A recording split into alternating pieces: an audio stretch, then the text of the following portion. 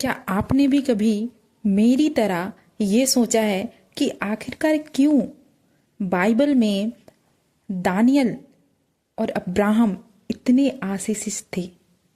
क्यों बाइबल का हर एक व्यक्ति इतना ज़्यादा आशीषित था, उनका जीवन इतना ज़्यादा बरकतों से भरा हुआ था? आखिर वो क्या वजह थी कि परमेश्वर उनसे इतना प्रेम करता था? क्या आपके मन में भी कभी ऐसा सवाल आया है?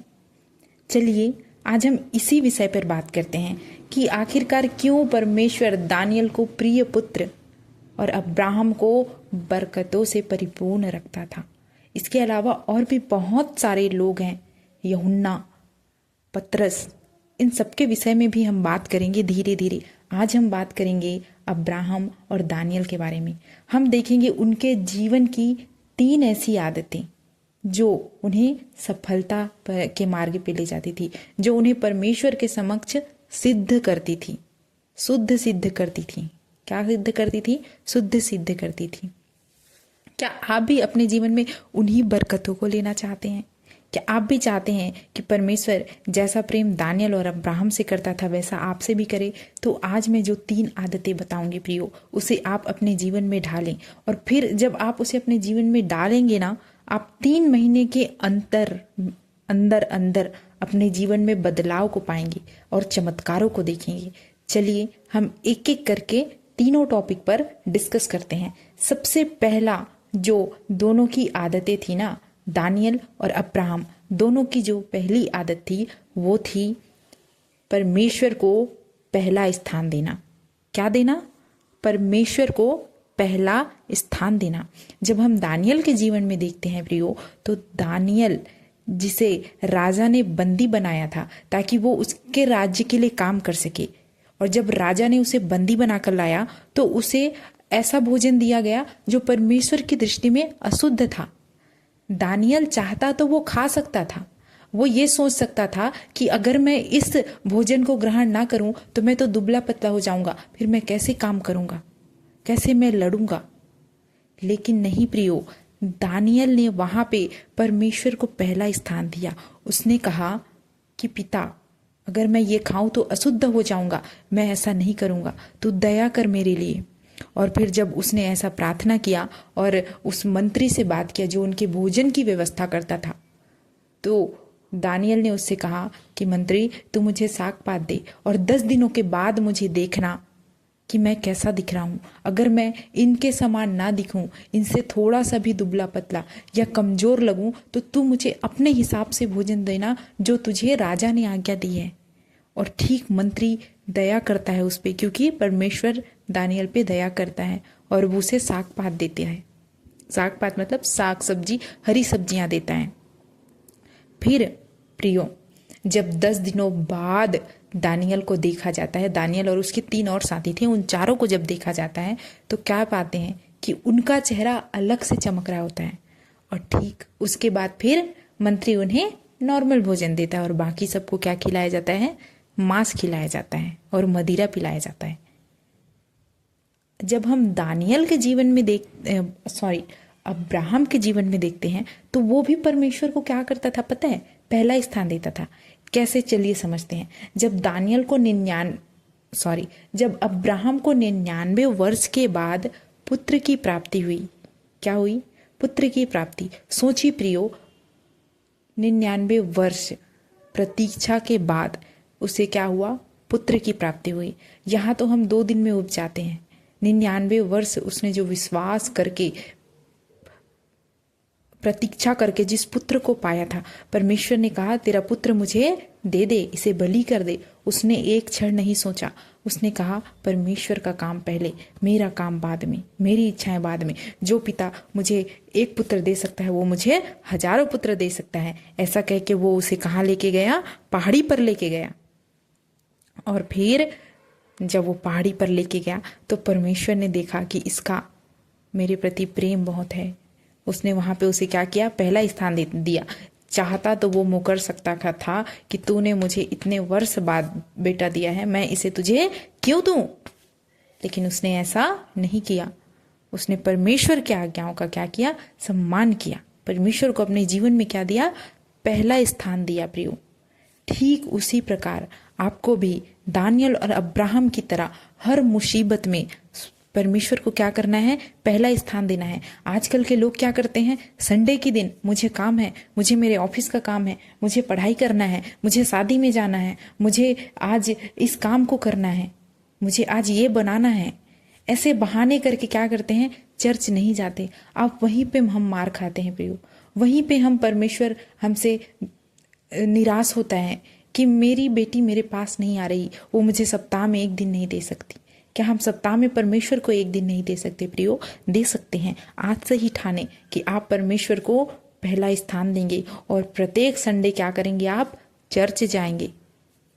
चलिए, दूसरा जो दोनों की आदतें जो मिलती हैं वो है परमेश्वर पे विश्वास। क्या था दूसरा पावरफुल चीज था? परमेश्वर पर विश्वास धरना। जब हम दानियल के जीवन पे देखते हैं तो जब उसे राजा के मंत्रियों के षड्यंत्र के द्वारा, राजा ने नहीं प्रियो, राजा ने तो मन फिरा लिया था, लेकिन जो मंत्री थे वे दानियल से क्या करते थे, नफरत करते थे। तो उनके षड्यंत्र के द्वारा जब दानियल को शेर से भरे गुफाओं में डाला गया तो वहां पे दानियल ने क्या किया पता है, परमेश्वर के ऊपर विश्वास किया कि तू मेरा खुदा है, तू मुझे कुछ होने नहीं देगा। क्या आप में ऐसा विश्वास है?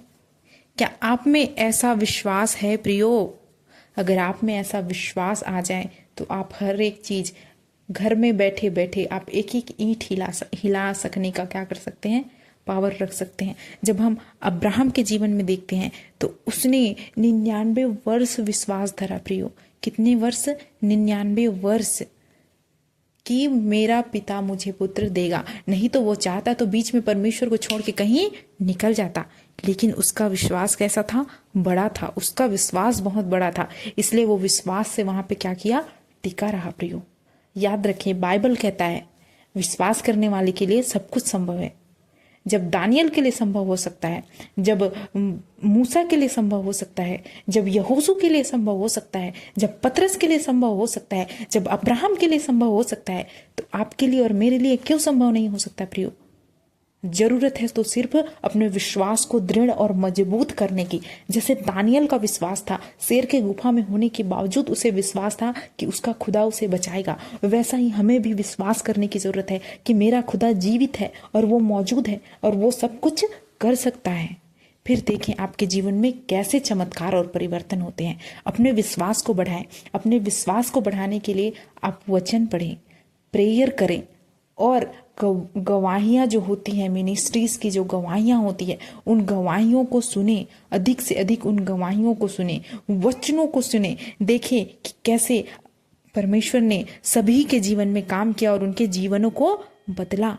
जब आप ऐसे गवाहियों को सुनेंगे और वचनों को पढ़ेंगे ना, तो आपका फेथ क्या होगा पता है, बढ़ेगा। धीरे धीरे छोटे से शुरुआत करें प्रियो। आज परमेश्वर से कहें कि प्रभु आज मुझे अच्छा कपड़ा दे, या अगर आप कहीं जा रहे हैं तो परमेश्वर से कहें कि प्रभु आज मुझे रास्ते में संभाल के ले जाना।